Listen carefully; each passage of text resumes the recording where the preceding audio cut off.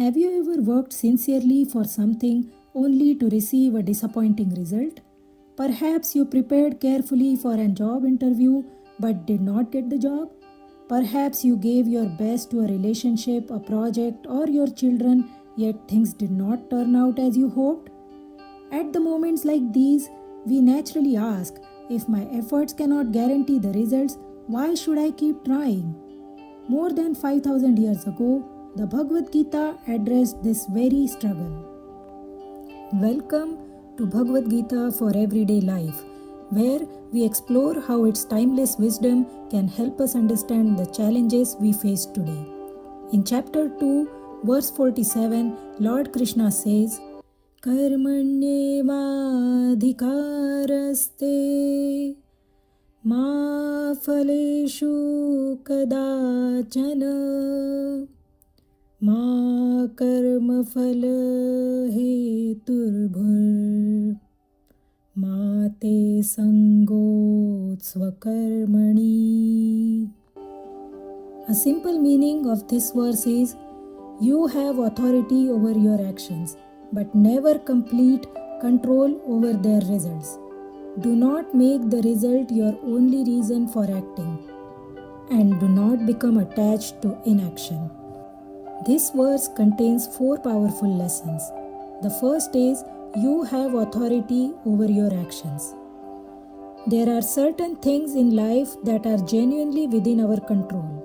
We can choose whether to prepare, we can choose whether to practice, we can choose whether to act honestly, patiently, and wholeheartedly. A student cannot completely control the questions on an examination, but the student can control how sincerely they study. A musician cannot control how many people watch a performance, but the musician can control the care and discipline brought to the music. A parent cannot control every decision a child will eventually make, but a parent can offer guidance, love, boundaries, and a good example.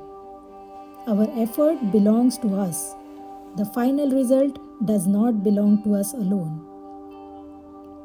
This brings us to the second lesson. You do not have complete authority over the fruits of your actions. Every result depends upon many factors. Our effort is one of them, but so are timing, circumstances, the choices of other people, previous events, and sometimes factors we cannot even see. Imagine that you prepared thoroughly for a job interview. You developed the right skills, researched the company, answered sincerely, and prepared yourself well.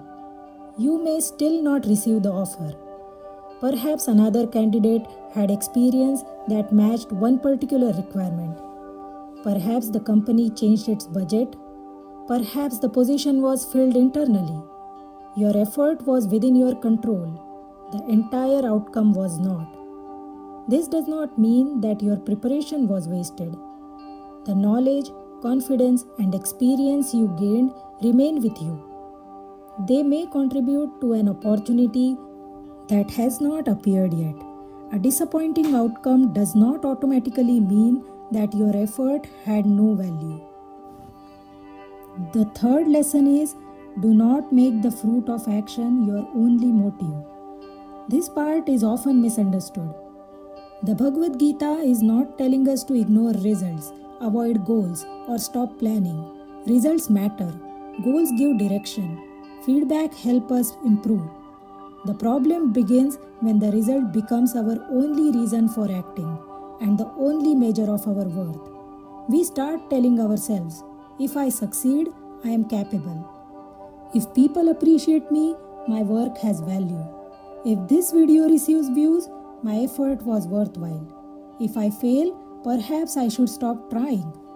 When our peace depends completely upon a particular outcome, action becomes filled with fear. Instead of concentrating on the work in front of us, part of the mind is constantly asking, what if I fail? What will people think? Why is someone else progressing faster? Will I receive the recognition I deserve? Attachment to the result consumes the attention we need for the action itself. Krishna's teaching invites us to reverse this. Choose a meaningful goal, prepare carefully, then bring your attention back to what you can do today. Not because the result is unimportant, but because sincere action is the part that has been entrusted to you. The fourth lesson is equally important. Do not become attached to inaction. We sometimes use uncertainty as a reason not to begin. What if my work is rejected? What if nobody watches? What if I make a mistake?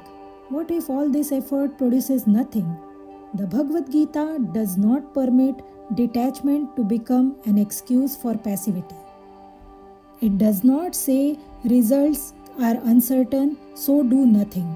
It says results are uncertain, but do what is yours to do. This is courageous action without complete dependence on the reward. How can we practice this teaching in everyday life? Try 3 simple steps: action, reflection, release.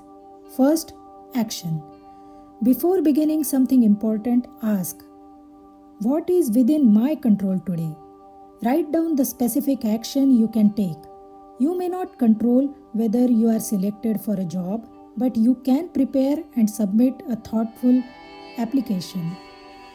You may not control how quickly a skill develops, but you can practice regularly. You may not control how others respond to you, but you can speak with honesty and kindness. Second, reflection. After taking action, look at the result calmly. Ask, what worked? What can I improve? What should I do differently next time? Detachment does not mean refusing to learn from results. It means learning without turning one result into a permanent judgment about yourself.